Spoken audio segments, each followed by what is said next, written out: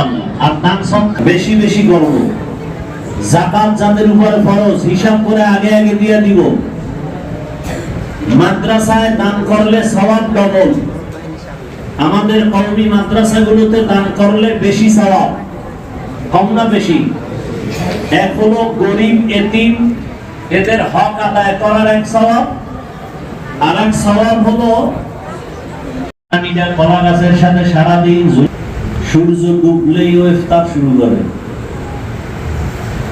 আমরাও সারাদিন না খেয়ে থাকি, জবানের গুনাহ চলে, চোখের গুনাহ চলে, হাতের গুনাহ চলে, অন্তরের গুনাহ চলে, কানের গুনাহ চলে, শুধু খানা চলে না, সূর্য ডুবলেই খানা চলে। আপনার আমার হাতের দ্বারা কতটুকু গুনাহ হলো, অন্যের ক্ষতি হলো, অন্যের ক্ষতি করা থেকে হাতকে বাঁচাতে পারলাম,